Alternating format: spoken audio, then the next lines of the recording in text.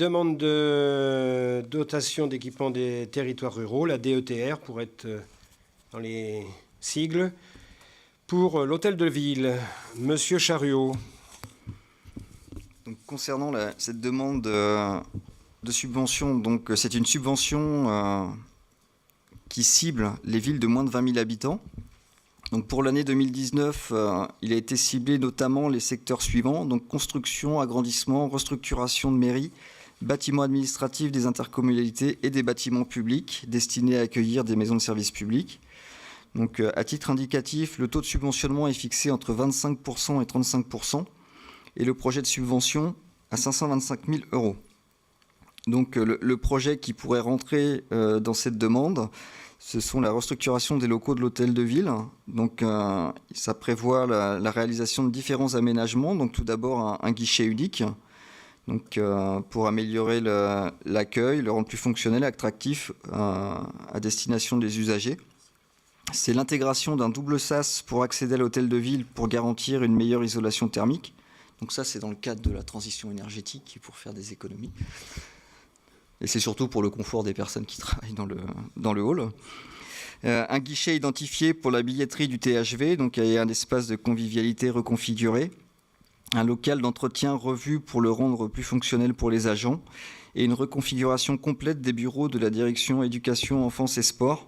Donc c'est un investissement qui était déjà prévu au budget 2017 et qui a été reporté avec l'étude sur le guichet en cours, le guichet unique, pardon.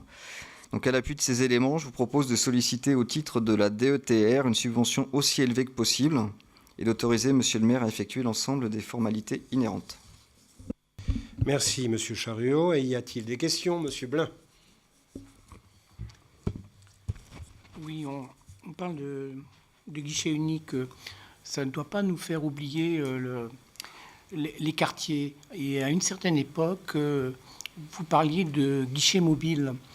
Est-ce que c'est une idée qui est encore valable? On parle beaucoup de proximité aujourd'hui. Est-ce que c'est une idée qu'on peut ressortir ou qu'on peut exploiter? Qu'est-ce que vous en pensez? Le guichet unique est une solution qui doit apporter un confort supplémentaire à nos usagers, ça c'est certain. Il y a aussi des techniques qui sont plus modernes.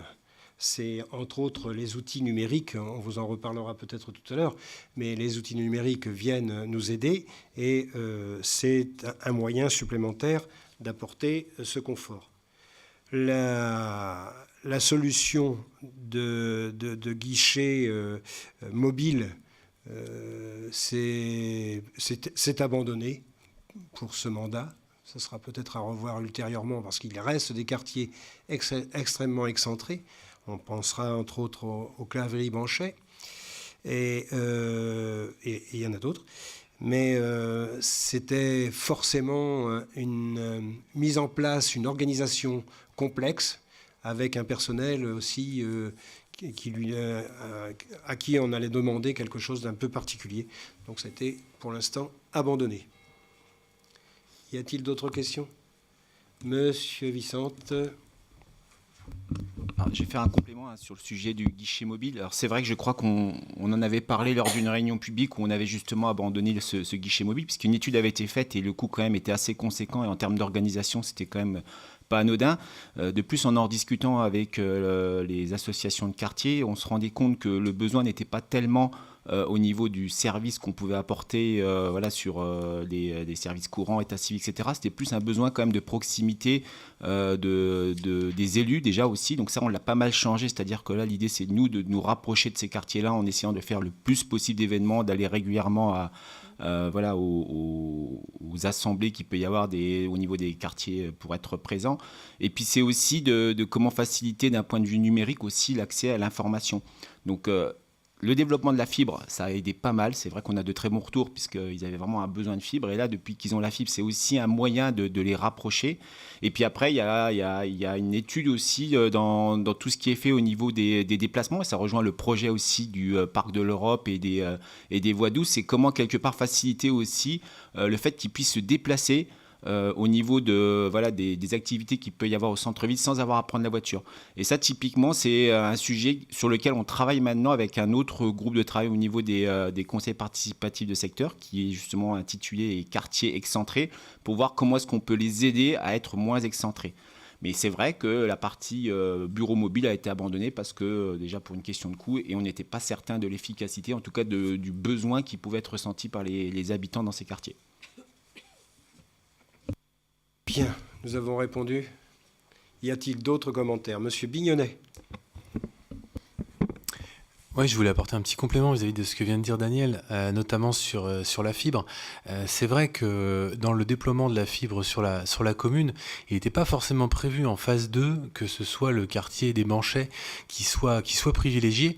Et avec Monsieur le maire, on a défendu cet aspect auprès d'Orange, auprès de l'agglomération, pour que ce soit cette partie de la ville qui était vraiment pas en faveur et disons bien desservie, puisque certaines entreprises avaient même des débits qui coupaient dans la journée, et puis également bien sûr des administrés, j'en connais certains qui avaient vraiment des débits ne permettant même pas de passer la télévision, donc on était vraiment dans des choses un peu compliquées. Et donc c'est vrai que cet effort de travailler avec l'agglomération et avec Orange pour favoriser le déploiement de la fibre sur cette zone de la commune, je pense a permis de bien aider la communication et d'améliorer clairement le service de communication de tout ce qui peut se passer sur notre commune pour ses habitants. Merci, Monsieur Bignonnet. Nous allons passer au vote. Qui est contre?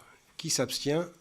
Merci, c'est un vote à l'unanimité en espérant qu'on récupère l'enveloppe la plus importante possible.